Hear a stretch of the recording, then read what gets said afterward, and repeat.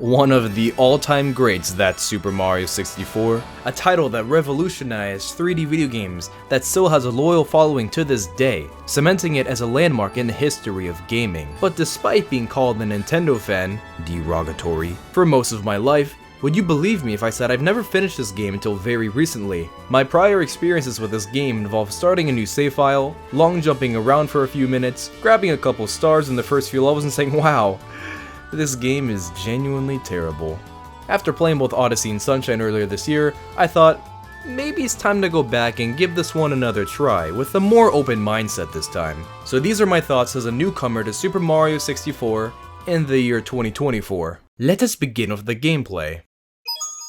It's me, Mario! Mario 64 has 15 main areas you get the pleasure of being able to freely explore to your heart's content, with the objective of finding power stars to save Princess Peach from the evil, wicked Bowser. These are obtained by completing platforming challenges, solving puzzles, collecting coins, and all that Mario stuff. The sense of exploration and discovery found in these locations is incredible. All of the levels have something of interest in every corner and are full of secrets to find. One of the standout moments for my playthrough was a tall mountain. When I noticed this star on a mushroom that was too far to jump over to, I assumed you needed the wing cap, or maybe to jump from the very peak of the mountain. Later on, I missed this jump and was ready to get sent back to Peach's castle, but instead found the Buddy Bomb, who was kind enough to open the cannon so I could finally grab that star on the mushroom. Please ignore the fact that I missed it. In Mario games prior, there were some shortcuts or a choice between two levels here and there, but for the most part, everyone played through these games the same way. Then Mario 64 comes along and does not care about the order in which you obtain these stars. If you have the required amount of them, you can finish the game.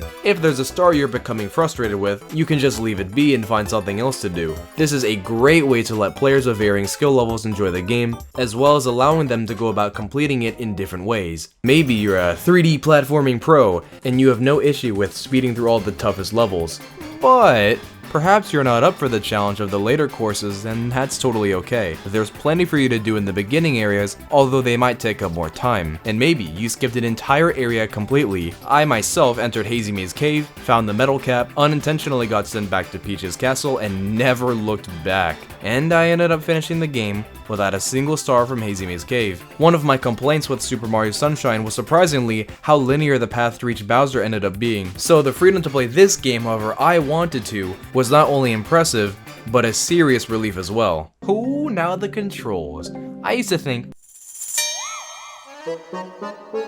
this game doesn't control like Mario Galaxy or 3D World, so it's bad. However, after allowing myself a chance to adjust to them, I've come to the conclusion that controlling Mario in this game is phenomenal 90% of the time. There were moments where Mario just refused to do what I wanted him to. Well, aren't we defiant? And I think that's the reason why some people, including myself, were put off by this game at first. In the newer 3D Mario games, the controls are polished to perfection, and when you go back to experience controls that are still amazing, but aren't perfect just yet. Even the smallest failure to perform the desired action resulted in me convincing myself the entire game feels awkward and quote-unquote dated, because I was simply not used to moments like that ever happening. Now, if there is one thing I cannot stand about Mario 64, it is the stupid slide. If you touch a slope, as per the laws of gravity, you'll be forced to slide down it. This is understandable, but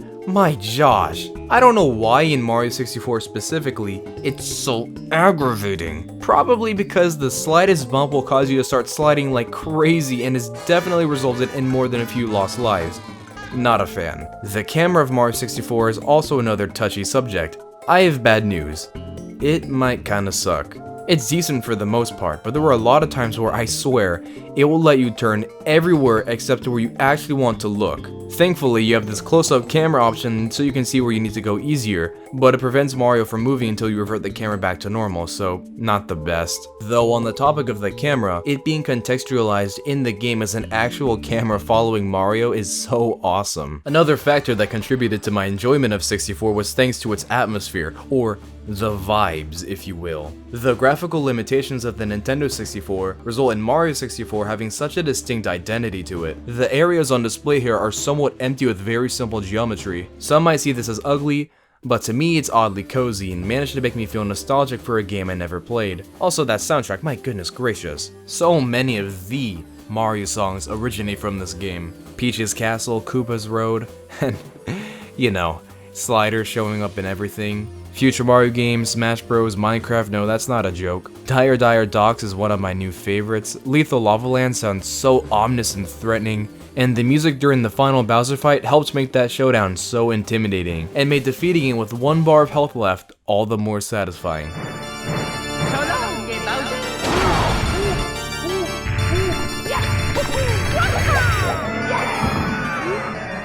When it comes to 100%ing this game, I haven't done it myself, but can see it being pretty annoying. As I mentioned, you can skip courses you don't like, but if you want to do everything the game has to offer, you obviously don't get that option. There's some stars I have zero idea how you'd find on your own because of how cryptic they are to find, and 100 coin stars especially can be a major pain when there's barely 100 coins in some levels to begin with. But if anything, this made me realize that 100%ing all 3D Mario games has always been kinda terrible. Galaxy 2 has green stars, which are pretty tedious. Odyssey has way too many moons. 3D Land makes you play every level twice. 3D World makes you play every level at least twice and potentially 5 times. This is Super Mario Sunshine. Anyways, as much as I was enjoying Mario 64, I knew there was gonna be no denying that not every star and level is a winner. I don't want to end on a bummer, so lastly, I want to talk about how the amount of charm in this game is unmatched. Everything gives off this sense of childlike playfulness. After defeating him, King Bob-omb hands over the Power Star to Mario like he promised and even says, "If you want to see me again, select the star from the menu." And after taking down the Bowser, he tells his minions to watch the ending?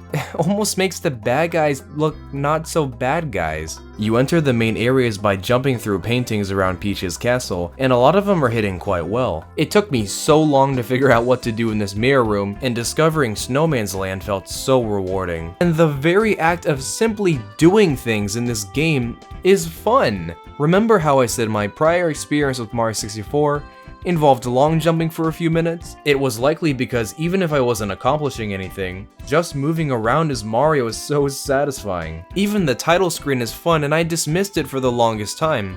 Okay, you can play around with a 3D model of Mario's face, whatever. But now I'm saying I get to play around with a 3D model of Mario's face. That's awesome! What other game even does something like this? Finally, there is one star in particular I'd like to talk about, and that is the Princess's Secret Slide Revisited. In Peach's Castle, there's a secret slide you can ride down and find a power star at the very end. But if you go down the slide fast enough, there'll be another star you can obtain. I didn't see any toads or signs around the castle suggesting there was more to be found beyond that initial star from your first ride on the slide. And if I hadn't known about this star prior, there's no way I would have ever found this on my own. But I could see a kid finding this. This game was released 28 years ago. Times were different.